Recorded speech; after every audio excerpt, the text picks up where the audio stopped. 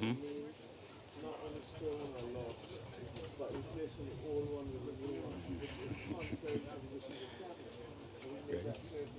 Good afternoon, everyone. Good afternoon. Welcome to the beautiful views at Hillcrest. For those of us who are visiting EVP, pleasure to have you. You are in the parish of St. Joseph. So I know you're enjoying the views, but I'd like to welcome everyone for this special press conference. With us, obviously, we have the Prime Minister of Barbados, the Honorable Mia Motley. We have with us as well the Executive Vice President of the European Commission, Frans Timmermans. We have the Minister of Foreign Affairs, the Honorable Kerry Simmons. We also have with us the Minister of National Beautification and Environment, the Honorable Adrian Ford. Permanent Secretaries, distinguished guests, welcome. From here, I'll turn over to the Prime Minister and to the EVP to deliver remarks, after which we will have an engagement with the media. So without much ado, I turn it over. Thank you. Thank you. How are you, Maria? That's the beauty of being in Barbados, France. Let me welcome our guest, my dear friend, colleague, partner, especially as we fight to make the world a place where lives and livelihoods can thrive. Frans Timmermans. Frans is the highest ranking official ever to visit Barbados from the European Commission. And I say to him, thank you for making it. We have been working outside of Barbados in the vineyards together, but coming to Barbados today, he has been able to see how the climate crisis has affected us in real terms. This morning, we were able to visit as well Six Men's, and many of us would recall that there were times when people lived on the shore of Six Men's. Indeed, some of the fishermen there reminded Frans firsthand that they not only lived on the shore, but they used to play cricket on the beach there, and they had so much beach that they could play cricket without hitting the houses with the ball. Probably But those weren't very good at cricket. But the reality is that in the last 20 or so years, though no one has been able to live on that side of Six Men's because the erosion there has been substantive and significant. We were able also to show the extent to which we suffer from the drought. I shared with him facts that I shared with the country last week, that the first 5 months of this year, we had 149 millimeters of rainfall as compared to the average of the last 30 years for the first 5 months, which would have been 280 millimeters, effectively half the rainfall that we're accustomed to. I shared with him how we are having to pay to truck water to people in St. Lucie and Mount Poyer and Spring Hall and in other parts of the country, and that these are the real things that we speak about. I shared with him when we talk about the replacement of the water pipes and how difficult that is and the extent to which non-revenue water can constitute 45 to 55, 60% of our water. In other words, for every gallon of water pumped, you're not getting anywhere between 45, 50, 55% of it. And when we talk about brown water in St. Lucie, all of these things, because the pipe infrastructure first started to be laid in this country in 1856. And that infrastructure was laid when Britain had an empire. Regrettably, we only have a country. And therefore, our capacity to be able to manage that is limited. We spoke about the fact that debt sustainability must mean more elbow room for us. And indeed, Frans, when you speak, you can speak to what has been happening in Europe so that our own people can have a better context as to why in a polycrisis moment, when individuals cannot step up to the plate or individual households or companies can't step up to the plate, governments have to step in order to hold the space. And that if you try to have too much austerity, what you end up with is suffering and social implosion, and the capacity to rebuild is therefore affected because you need people to rebuild institutions and to rebuild countries. And of course, we spoke about the fact that in spite of this island being only 166 square miles, it has an amazing range of interesting geographical and topographical features that most people would not expect. And therefore, we thank him for coming and seeing firsthand, because you can't really explain what 166 square miles can contain, not from the friendliness of the people right back through to the splendiferous, it's a Bajan word, don't worry, splendiferous nature of our geography. I want to thank him, as I said, for coming, because the world is reaching an inflection point. It really is. And if we don't get it right, regrettably, the concept of climate migration as we know it in 6 months will be child's play to what we will have to face across the world. We are fighting through the Bridgetown Initiative to be able to have a new deal with respect to how we can access money to be able to build in a more resilient way. Because for every dollar we spend now, we save $7 in spending if we were hit and damaged by a climate crisis. Our ability to adapt and become more resilient, that's why you hear us talk about from roofs to reefs. That's why you hear us say that, look at that house over there, that's a hip roof. Don't mind that that is right on the coast. That roof will stand because of how it is engineered, and its overhang is minimal. But if we go and build as we were doing for 50, 60 years, as you see with other chattel house roofs, the flat roof, it will peel off like sweetie paper, as I saw happen in Jamaica with Hurricane Gilbert, regrettably in the late 1980s. Today I also leave Barbados tonight, late tonight, because the next 2 weeks is going to be a grueling roadmap for us on being able to achieve a number of things. We go to Geneva, well, we go to London first tomorrow, and what I'm doing here with Mr. Timmermans, we will have the opportunity to do with all of the British High Commissioners and Ambassadors globally who have been brought together to London, and they've invited me to speak to them, particularly on the Bridgetown Initiative and our ability to be able to get this new financing deal, not just for Barbados, but for the world, whether it is increasing the capital of World Bank and other regional development banks so that they can lend us at affordable rates to put in water pipes, to do the coastal preservation, to ensure that our aquifers are not the only thing we rely on, particularly when the saline activity becomes too high. After I meet with them, I then meet with His Majesty the King in order to be able to celebrate the contribution of the Windrush generation. And we all know what has happened in the last few years where they felt completely ignored and almost disenfranchised, and therefore this gesture to recognize their work in the building of Britain in the 20th century is important to us. And then I go to the ILO to speak on the future of work at a time when artificial intelligence seeks to threaten our ability to be able to maintain jobs. AI unregulated can be a serious threat as much as it can be a tool. And we therefore have to go into the future with our eyes wide open and knowing the consequences of our actions. Members of the public may remember that we are also still president of UNCTAD, and therefore we have some obligations and duties both with UNCTAD and WTO.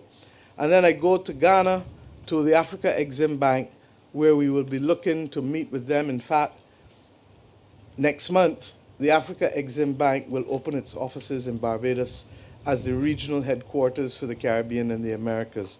And it is a significant conferral of confidence on the people and the country that they have chosen us to be that location from which to do the work. And then we go to the Paris Summit. And some of you in the media will be aware that the French government has also reached out to carry some of you there because of the significant role that the Bridgetown Initiative has played in propelling this convocation of heads and ministers of finance in order to be able to deal with the, I can assure you that's not a call yet for me, in order to be able to deal with getting elements of the Bridgetown Initiative accepted. Today, we can report that there are a number of countries who are now looking at the natural disaster clauses. And what does that simply mean? That when a crisis, a climatic crisis happens, you can pause paying your debt for 2 years without affecting your credit rating or your credit worthiness. And that space that you get in our particular case in Barbados will be the equivalent of about $2 billion. So when we're talking about getting these clauses accepted, it is not a little bit of money we're talking about. And we have gotten the natural disaster clauses embedded in our commercial instruments when we restructured our debt. Barbados is the largest issuer of commercial paper in the world with natural disaster clauses. And that others will now be seeking to follow us is an example of how we have been able to lead in this respect. Where we want progress for Barbados and other countries is that we want the multilateral development banks and the regional development banks, the Inter-American Development Bank, the World Bank, the Caribbean Development Bank, to be able to put these natural disaster clauses in their debt instruments too. So instead of us only benefiting to $2 billion because of the clauses in our commercial paper, we can benefit more when it becomes accepted across the multilateral banks. That's what Paris is about. Paris is also about trying to get the world to mobilize $1.5 trillion in private sector investment across the world so that we can stop the planet from getting to 1.5 degrees. Whether we like it or not, we live on this planet. We've not found a way to live on any other planet. And therefore, it is important that we get mitigation to be able to stay below 1.5. And what does that mean? Mitigation happens whether we do it in Barbados or Holland or Samoa or the Antarctic or Africa. It doesn't matter where, because it is the cumulative impact of being able to do mitigation that stops the world from reaching the 1.5 degrees. And then, of course, we have as well in the Paris Agreement to look at the development costs. You can't separate climate from development. You can't. And therefore, the understanding that to have individuals be able to get 25 and 30-year mortgages, but countries could only borrow for 10, 12, and 15 years to build a house, a home, to build a school, or to build a hospital. When individuals can borrow for 25 and 30 years to build homes, there is a mix that don't make no sense. And that's what we are fighting for. Now, I said to Frans that in Barbados we don't want a hand up. We want elbow room. And that's what we are fighting for on these matters.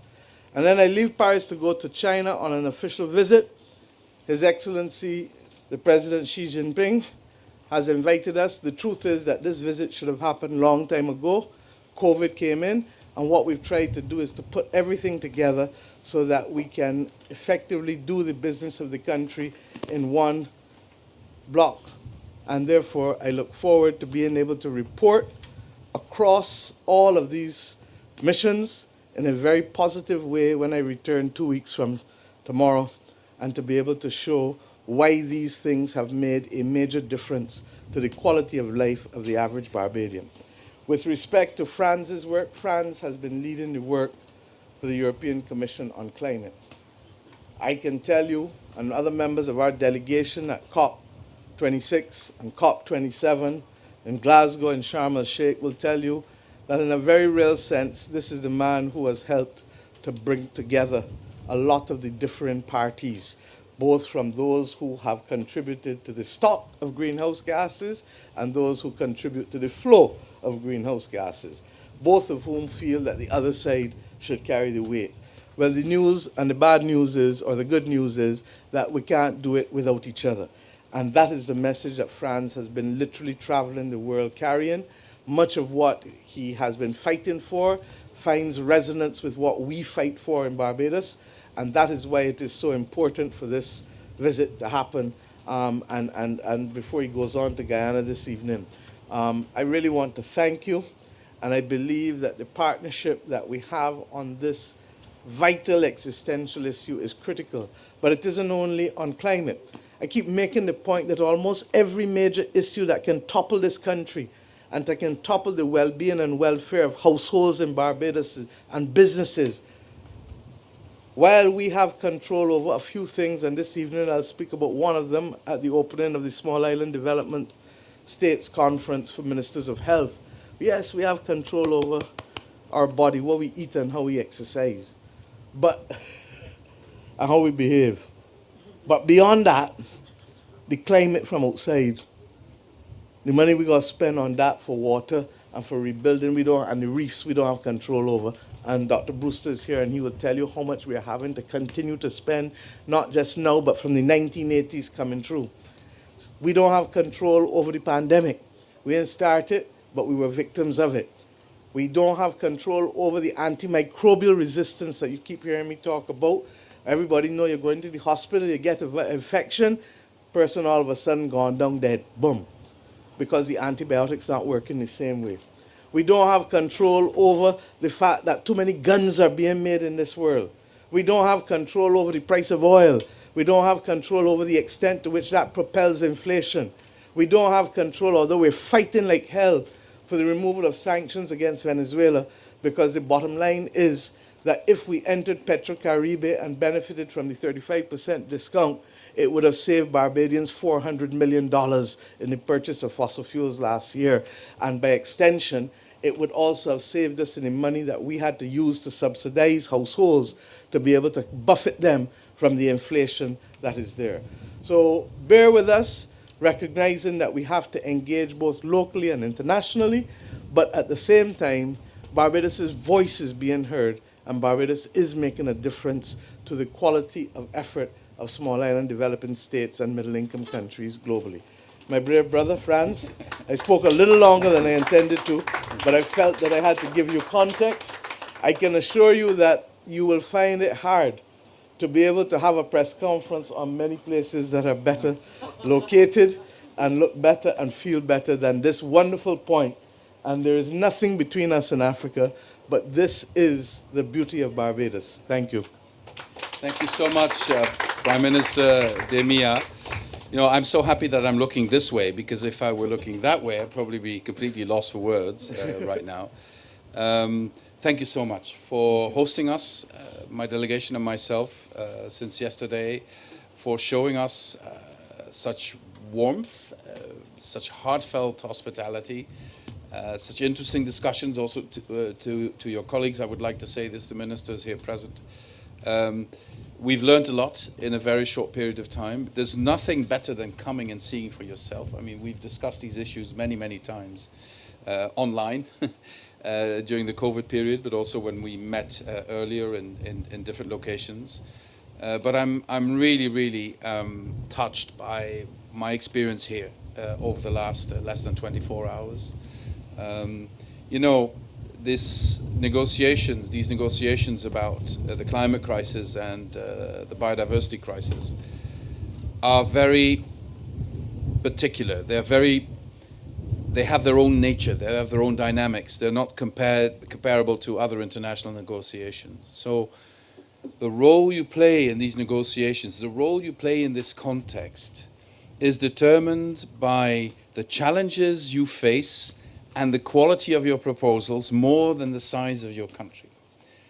And that is why Prime Minister Motley is playing such a leading global role in this issue, because she comes from a country that has a lot of negative experience as a consequence of the climate crisis. I mean, we were driving here, you know, look at this paradise, and the paradise is marred by the sargassum you see lying on the beach. So we know the challenges. She knows them. She's very articulate in presenting them to the global community. The global community knows that we have to stand together in solving these issues, including sargassum. And the quality of the proposals she has made, especially the Bridgetown Initiative, has opened up a global debate on where global financing should be going. Without these initiatives, we would certainly at some point have come to the issue, but a couple of years down the road, not now. So she deserves great respect and gratitude for opening up this discussion on the world scale. And the reason why President Macron's organizing this conference later this month, to a large extent, is a result of Mia opening the debate at the highest level of international discussion. And, you know, the climate crisis also has this very peculiar thing that we're all in the same boat. And we've got pretty big holes in that boat. And you can't say, well, you better close those holes, never mind my holes, I'll just close your holes. The boat is still going to sink. You know, we all have to do our part in this. We all have to do what we can. And of course, I fully subscribe to the principle that we have common but differentiated responsibilities here. Of course. And of course, a country like Barbados, with such a low carbon footprint, cannot be held accountable for what other industrialized nations have been doing for a very long time, like European nations. But also, even if you look at it historically, China is now the second largest emitter on the planet, historically, and practically the biggest, of course, with 30% of emissions. So if we have a discussion about the need to put finance on the table for adaptation, the follow-up we need to give to loss and damage, existential issues, we cannot forget about the need to reduce global emissions. The onus is on the G20 countries. They are the ones causing 80% of emissions, but they also have to be put before that responsibility. And we as Europeans will also have to take that responsibility. And the things you can watch here on this island pertaining to the climate crisis can help the global community come to terms with the need to act. And let me just focus on sargassum for a minute. This is a huge challenge to almost all coasts on the Atlantic, of the Atlantic Ocean. Yep. And it's increasing. And the rising temperatures of the ocean is probably going to lead to a further increase of this problem. It's not going to go away by itself.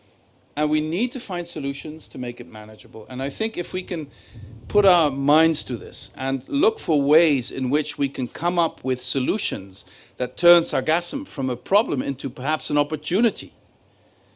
In some places they're building bricks with it. In other places they are looking whether they can be used in the energy mix, et cetera, et cetera. We have to look into these solutions. But even if we don't find these solutions to use it in a positive way, we have to find solutions to reduce its impact. And that is, I repeat, a global responsibility. This cannot be left only on the shoulders of those countries who are, like Barbados, experiencing the primary effects of it. So here is an offer from the European Union to work together on this and to also use the next CELAC summit to make this issue the very topical issue for the Caribbean. And I believe that could help us foster this bond even stronger. I have to say that if I look back, I've been in the business of international relations and European affairs for a long time. I've also been Foreign Minister of the Netherlands. I think it's fair to say that the relationship between the European Union and the Caribbean is now better than I've ever experienced in the last 20 years. So this is an opportunity we should not let go. And it also, if that relationship is so good, it also means a responsibility on both sides to even improve it. And I fully feel that responsibility from the European side. And I fully respect countries on this part and on this side of the Atlantic saying, well, then we need to see where's the beef. Not literally, but you know what I mean. How can we be sure that you also deliver? And I think that's a fair point. And that brings me to the fundamental points Prime Minister Motley has been making about global financing. Yes, we are in a polycrisis, which might turn into a perma-crisis. You know, it's not said that it's going to be over very soon. And part of that is that we will need massive amounts of money to invest in addressing the industrial revolution that's happening, addressing the climate crisis that's happening, addressing some of the things some of the results of the COVID, of the pandemic that we haven't confronted yet. And that means that if we need massive amounts of investment, it can never be only public money. we will have to unleash the potential of trillions of private investment. But to do that, we need to take a hard look at how the international financial architecture is functioning. It is based on the world of 1946. It should be brought into the 21st century, and MIA's proposals are exactly going into that direction. Secondly, we have to take another hard look at the issue of debt. What is unsustainable debt and what is sustainable debt? Now, don't get me wrong. I'd rather avoid debt, because debt is something that we'll have to repay sometimes, and if not by us, by our children or grandchildren. And our children and grandchildren already will have a huge burden on their shoulders because of the climate crisis. And if there's one thing we should try and be, is to be good ancestors. And the only way we can be good ancestors is to hand over a world that is not in a worse shape as the world we received. And we are at risk of doing that if we don't act collectively. But we have to act swiftly. And you cannot act swiftly if you let reducing your debt guide everything you do. It simply is impossible. And why am I saying we have to act swiftly? Because I'm deeply convinced that the climate crisis has this very specific element that the longer you take, the more difficult it becomes, and the more money it will cost to face the challenges. So speed here is of the essence. And speed, in my view, speed of investment, speed of unleashing private investment, speed of putting the MDBs in the position to have a leverage effect on investment, all of that is more important than sticking to very strict rules in terms of that. Or change, you need to change the rules of that. And the Bridgetown Initiative gives us the opportunity to do that. Let's see how far we can get in Paris. It doesn't end in Paris. Then we will have the CELAC summit where we can affront it. Then we will see each other in New York in the Climate Week at the General Assembly, and then step by step working towards Dubai at COP28, where we need to bring the global community together again. And, you know, I can imagine that some of you will be saying, I'm a politician, I know this from national politics. We're a small country. Why does our Prime Minister have to go away for 2 weeks to address these issues? Well, because on these issues, size is of relative importance. The quality of your proposals is of huge importance. And Prime Minister Motley is a global leader on the future of international finance. And we beg you, allow her to make this effort. You know, can we borrow her for a bit at the global level? Because it is important. It is important because at the end of the day, whatever you do nationally will only have a real effect if it is mirrored by what is happening internationally. And your credibility internationally only happens if you deliver nationally as well. So in this area, what you do at home and what you do abroad is intimately interlinked, more than in any other area I know. And that is where Prime Minister Motley and her government deliver the goods. And if I can just end by mentioning one thing which today, you know, with all the things I've seen, one thing really, really made me very emotional. To see a number of houses being built, thanks to a construction where you use solar PV on the roof to bring the price down, that you will have nurses and policemen and people working in public service, but also people with a modest salary working in businesses, to have an opportunity to be a homeowner of a beautiful home, of a sustainable home. That really touched me more than anything else. I know I wasn't here to look at that, but social housing for me is one of the elements which brings hope into people's hearts, which creates optimism for the middle classes, which helps societies understand that they need to stick together. And I want to thank Prime Minister Motley for that beautiful example. Thank you very much. Frans, I want to thank you, and I want to thank the ambassador as well for the EU and all of the team in Barbados who have been working with us. I think I've said publicly already that when the pandemic hit, the loan from the European Investment Bank, is actually our cheapest loan on our books now, came to help us build Harrison's Point and to help us repurpose and restabilize our health sector. And as I said, we're not asking for a hand up, we're asking for elbow room. And the last part of the Bridgetown Initiative, which you spoke on so eloquently for me, is the issue of debt sustainability. Because we all know that you can't get out of poverty without a little loan. And that the trick is to borrow enough for what you need to build capacity, but to make sure that it is still manageable to be repaid. And all we're saying is that when you have multiple crises coming at you, you may not be able to use the same old metrics that worked in the past, that you may not be able to go to 60% as is in the Maastricht Treaty, and that many European countries are finding that their own debt is over 90%. Ours is now at 117% from 177%. So that we need to be able to get the idea of giving countries elbow room in the same way that post-World War I and World War II, countries received the benefit of additional elbow room to rebuild. And as Frans said, if we don't do it quickly, then the cost of rebuilding is going to be exponentially higher. He could have talked to you about the floods in Italy a few weeks ago, or the other horrific things that are happening in Europe as well, so that this thing is global. We only need to look at New York last week and Washington, D.C. with the smog, the wildfires in Canada. This is not normal. And all of us, from the smallest homeowner to the largest people in this country and businesses, need to understand that everybody needs to get on board this train, because we have to change how we live. We have to change what we do if we are going to make it easier for our children and grandchildren and great-grandchildren to live on planet Earth. Are there any quick questions before we wrap up? You all good, Maria? You all good? We talked enough. Thank you. God bless you. God bless. Thank you very It's much. a rough day, because you will see me again this evening at the SIDS conference. Dr. Tedros has flown in, the head of WHO, as well as the head of PAHO. So Barbados is busy today. Thank you.